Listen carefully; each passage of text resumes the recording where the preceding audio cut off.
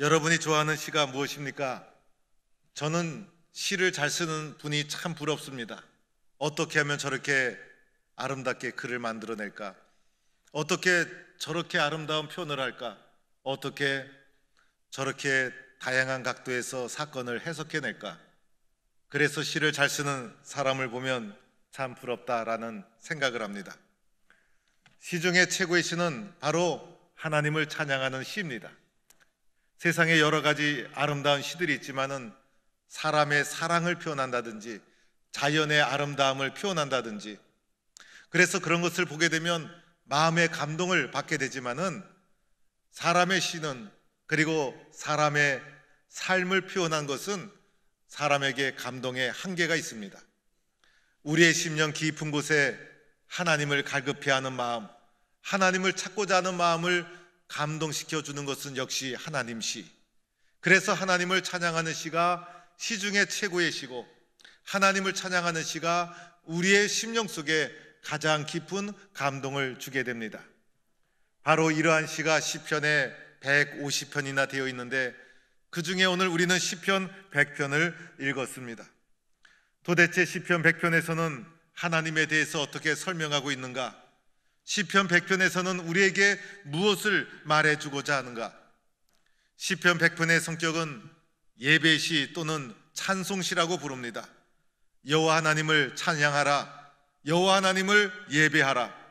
그래서 예배로 나아갈 때, 그리고 찬송으로 나아갈 때 예배하는 자가 어떠한 마음을 가지고 하나님께 나아가야 되는지 예배의 정신을 표현하고 있는 것이 시편 100편의 말씀인 것입니다. 오늘 시편 100편은 1절에서 이렇게 시작합니다.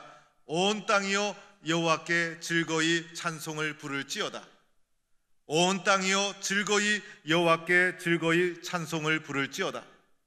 오늘 1절 말씀에서 먼저는 온 땅이라는 단어를 보아야 합니다. 여호와 하나님은 이스라엘의 하나님, 그런데 이스라엘의 찬송만 받으시기에는 부족하신 분, 온 땅을 창조하시고 온 땅을 다스리시는 분이시기 때문에 이스라엘만이 찬송할 것이 아니라 세계 모든 민족, 온 땅 모든 백성이 하나님을 찬송해야 된다는 것을 말해주고 있습니다. 이어서 여호와라는 이름이 나옵니다. 여호와는 우리가 믿는 하나님의 이름을 가리키고 있는 것입니다. 하나님이라는 것은 최고의 신, 절대적인 신, 창조주 하나님. 그래서 하나님은 신 중에 유일하신 신, 최고의 신을 하나님이라고 부르는 것입니다. 그런데 우리는 최고의 신으로 여호와를 섬기고 있는 것입니다. 그래서 여호와 하나님 이렇게 부르고 있는데, 바로 하나님 이분을 정확하게 이름을 써놓고 있는 것입니다. 온 땅이 여호와 하나님을 기쁨으로 즐거움으로 찬송을 부를지어다, 이렇게 찬양을 하면서 1절이 시작되고 있습니다. 오늘 1절 말씀은 자세히 보면 명령형으로 되어 있습니다. 온 땅이여, 세상의 모든 백성이여, 하나님을 예배하라, 여호와 하나님을 찬송하라, 이렇게 명령으로 1절이 시작되고 있는 것입니다. 그러면 하나님을 예배하기 위해서, 하나님을 찬양하기 위해서 우리가 가져야 될 마음의 자세가 있습니다. 이 어떠한 마음의 자세를 가지고 하나님을 찬양할 것인가? 하나님께 나아가는 자가 가져야 될 예배의 정신이 무엇인가? 첫째로는 2절에 나와 있습니다. 기쁨으로 여호와를 섬기며 노래하면서 그 앞에 나아갈지어다. 하나님께 나아가는 자가 가져야 될 마음의 자세는 첫 번째로는 기쁨의 마음이라는 것입니다. 하나님께 나갈 때는 기쁨으로 나가는 것입니다. 기쁨으로 하나님을 섬기면서 하나님 앞에 나아가는 것이 예배자의 가져야 될 마음의 자세인 것입니다. 예배라는 것은 하나님을 만나는 것 아니겠습니까? 여러분이 예배당에 나올 때 김 목사를 만나기 위해서 나온 것이 아니죠. 하나님을 만나기 위해서 이 자리에 나왔는데, 하나님을 만나기 위해서 나올 때 우리가 가져야 될 마음의 자세가 무엇인가? 기쁜 마음으로, 섬기는 마음으로 하나님께 자발적으로 나오는 것이 우리가 가져야 될 마음의 자세라는 것입니다. 하나님께 나올 때 억지로 나온다든지 할 수 없이 나온다든지 이것은 바른 자세가 아닙니다. 기쁨으로 나오고 섬기는 마음으로 나오고, 이것이 하나님 앞에 나오는 우리의 자세인 것입니다. 즐거움과 기쁨을 구태여 구분을 한다면 즐거움은 밖에서부터 주어지는 것, 기쁨은 속에서부터 나오는 것, 즐거움은 일시적인 것, 기쁨은 영원한 것.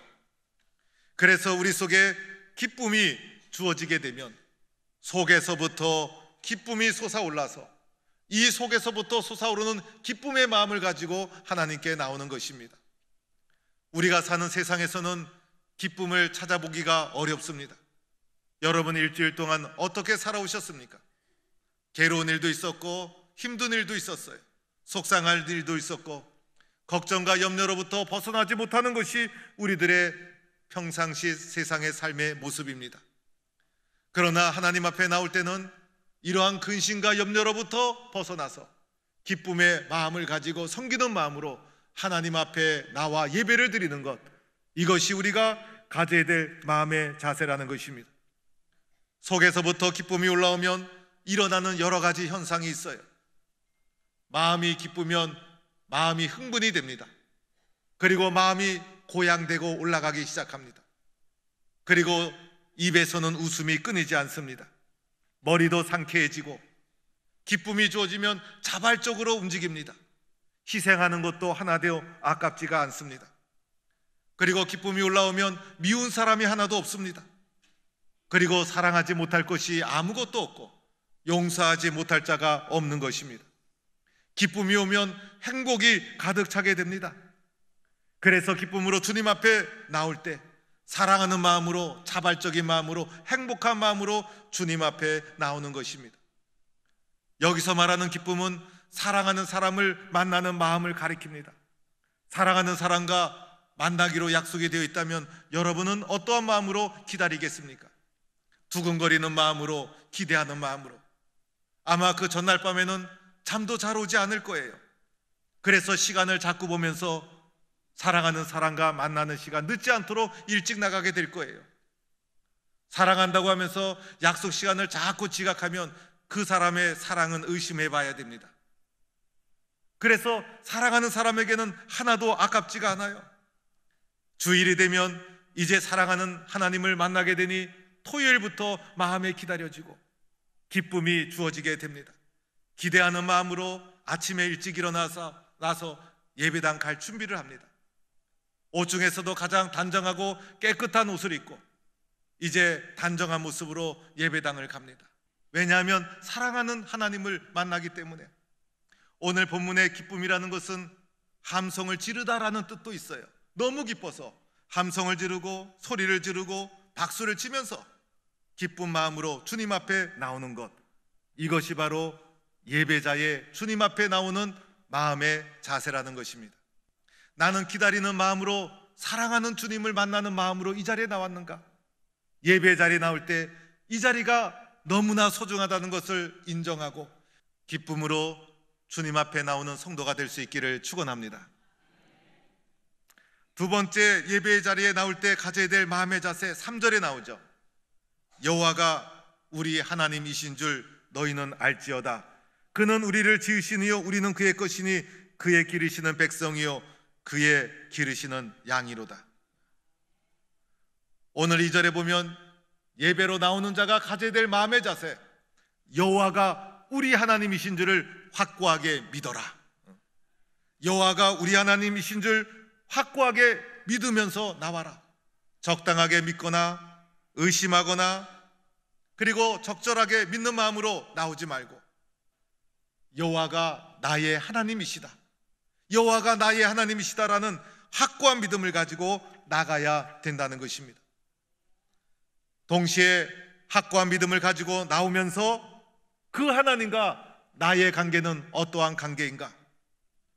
그분은 우리를 지으시니요 우리는 그의 것이니 그의 백성이요 그의 기르시는 양이로다. 나는 하나님께서 지으셨구나. 나는 하나님의 소유구나. 하나님께서 나를 기르고 있구나. 하나님과의 나의 관계를 이렇게 분명히 인식하고 고백하며 나와야 된다는 것입니다. 내가 누구에게 속해 있는지를 알아야 합니다. 나는 누구의 소유인지를 알아야 합니다. 아무리 좋은 물건이라도 주인을 잘못 만나면 그 물건은 아무 소용이 없어요. 그런데 바로 나의 주인이 살아계신 하나님, 얼마나 영광스럽고 얼마나 존귀한 일입니까? 그분은 창조주 하나님이시요, 나를 만드신 분이요, 우리가 인생을 살면서 나는 어디로부터 왔는가, 나는 누구가 지으셨는가, 인간의 근본적인 질문에 대한 확신과 믿음이 있어야 되는 거예요. 그분은 바로 살아계신 여호와 하나님, 그분이 나를 만드셨고 나는 그분의 것이고, 오늘도 그분이 기르는 양이 바로 나라는 고백과 믿음을 가지고 나와 하나님과의 관계에 대한 확신을 가지고 주님 앞에 나와야 됩니다. 주님 앞에 나올 때, 하나님, 저는 여호와 하나님이 분명히 나와 함께 하시는 줄 믿습니다. 하나님이 나를 기르시고 인도하고 있는 것을 믿습니다. 나는 하나님의 백성이요 하나님의 자녀입니다. 이러한 분명한 고백의 마음을 가지고 나와야 된다는 것이, 오늘도 하나님은 양을 기르듯이 나를 기르고 있는 거예요. 때로는 푸른 초장으로 우리를 인도하시고 물가로 인도하시고, 사나운 짐승이 다가올 때는 물리쳐 주시고, 막대기와 지팡이로 우리를 잘 몰아서 안전한 곳으로 인도하시고, 왜냐하면 내가 하나님 소유이기 때문에, 내가 하나님의 것이기 때문에 하나님은 오늘도 나를 인도하고 있다는 것입니다.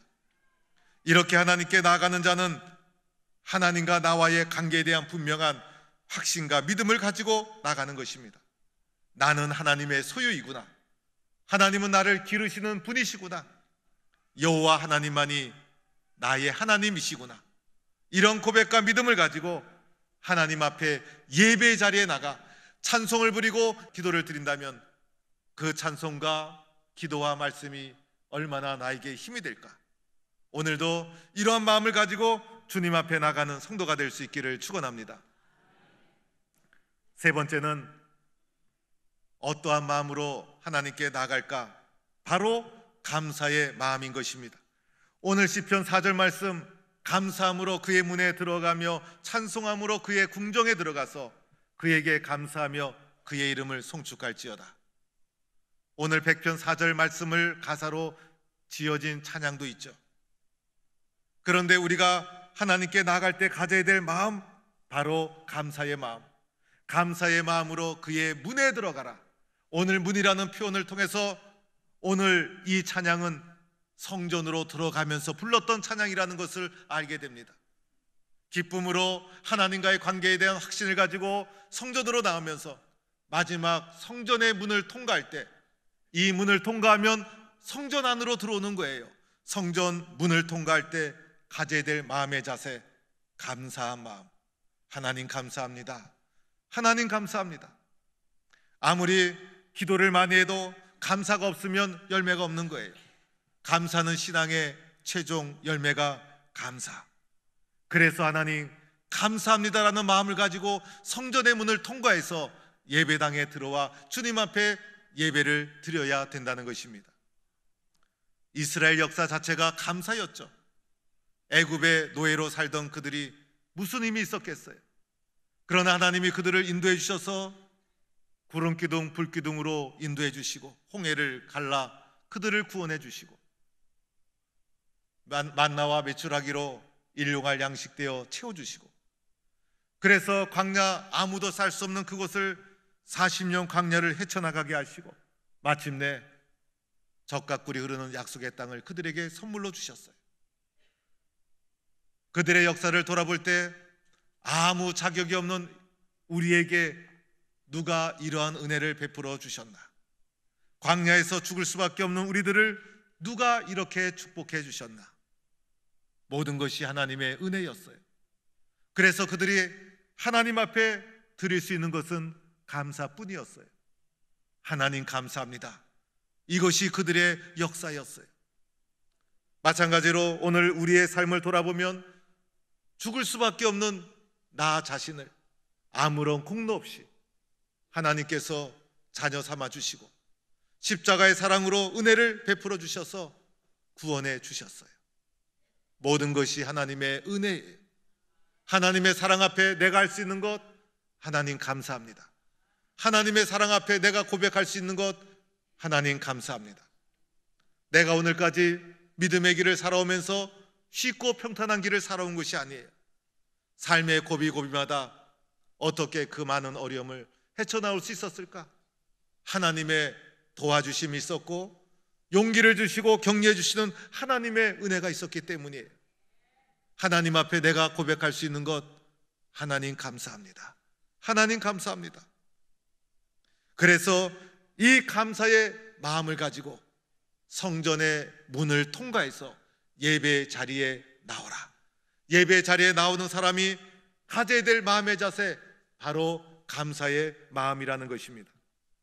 이렇게 하나님께 나아가는 자는 기쁨으로 나가고 나와 하나님과의 관계에 대한 확신을 가지고 마지막으로는 감사한 마음으로 주님 앞에 나가는 것, 이것이 예배의 자리로 나가는 우리들이 가져야 될 마음의 자세라는 것입니다. 그런데 이런 마음을 어떻게 하면 가질 수 있을까? 이런 마음을 가질 수 있는 근거가 있어요. 내가 하나님 앞에 기쁨으로 나가고자 하지만은 기쁨의 마음을 유지하는 것이 얼마나 쉽지 않은지, 감사한 마음으로 나오고 싶지만은 하나님을 향한 감사의 마음이 끊임없이 흔들리는 것이 우리의 모습. 어떻게 하면 하나님 앞에 감사와 기쁨으로 나아갈 수 있을까? 그렇게 나갈 수 있는 근거가 바로 하나님의 성품에 있는 거예요. 나에게 있는 것이 아니라 하나님의 성품. 도대체 하나님은 어떤 분이신가? 오늘 마지막 5절 보면 이렇게 말씀하고 있어요.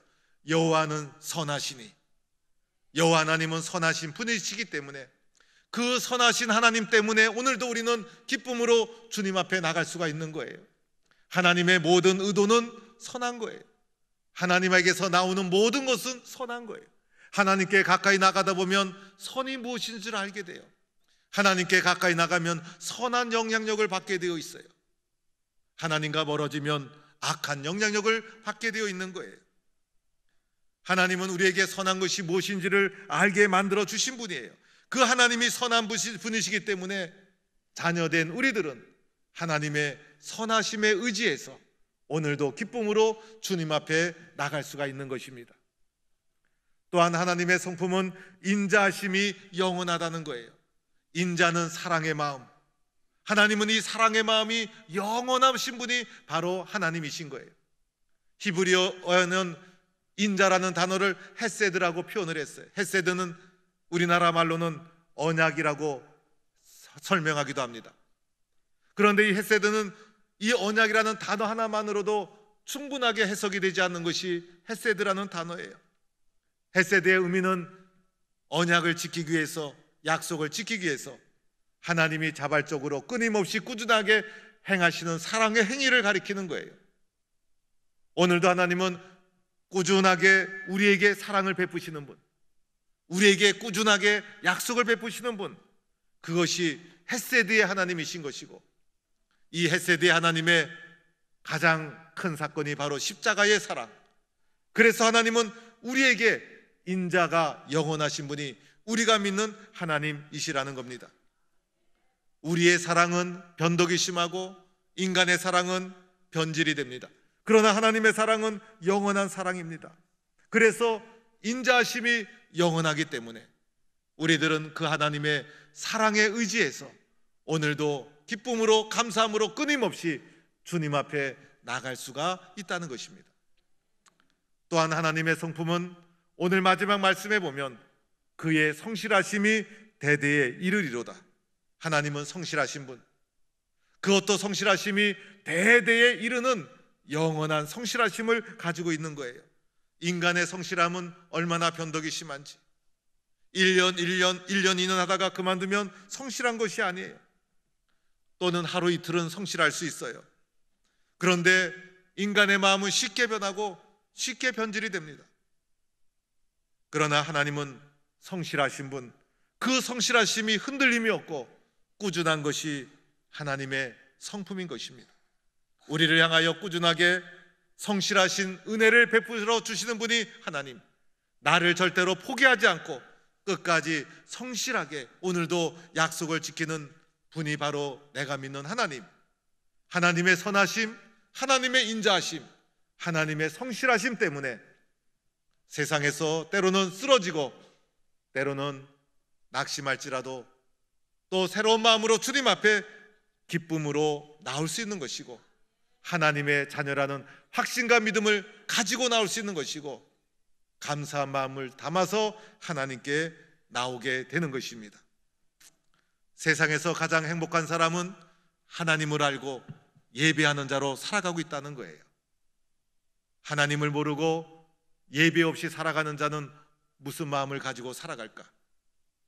하나님께 예배를 드릴 때마다 이것이 얼마나 소중한 일인지, 내가 기쁨으로 예배를 드릴 수 있는 인자가 영원하신 하나님이 계시다는 것이 얼마나 행복한지, 세상에서 낙심하고 쓰러지고 두렵고 염려 가운데 살다가도 하나님 앞에 나와 찬송을 부르는 그 순간, 예배를 통해서 하나님은 나의 마음을 붙잡아 주시고 위로해 주시고 격려해 주십니다. 예배를 통해서 세상의 염려와 근심이 다 사라집니다. 세상의 모든 것을 이길 수 있는 능력을 하나님이 공급해 주십니다. 예배하며 하나님 앞에 살아가는 것이 얼마나 소중하고 큰 축복인지, 요즘 마음이 약한 분이 얼마나 많은지 몰라요. 그래서 감기보다 흔한 것이 우울증이라는 말도 있어요. 계절만 변해도 마음이 우울해지고, 이상한 말을 들어도 마음이 불안해지고, 그래서 낙심이 되고 흔들리고 연약해지는 것이 우리들의 마음. 자신의 마음을 자신이 다스릴 수가 없어요. 그러다 보니 때로는 극단적인 선택도 하게 됩니다.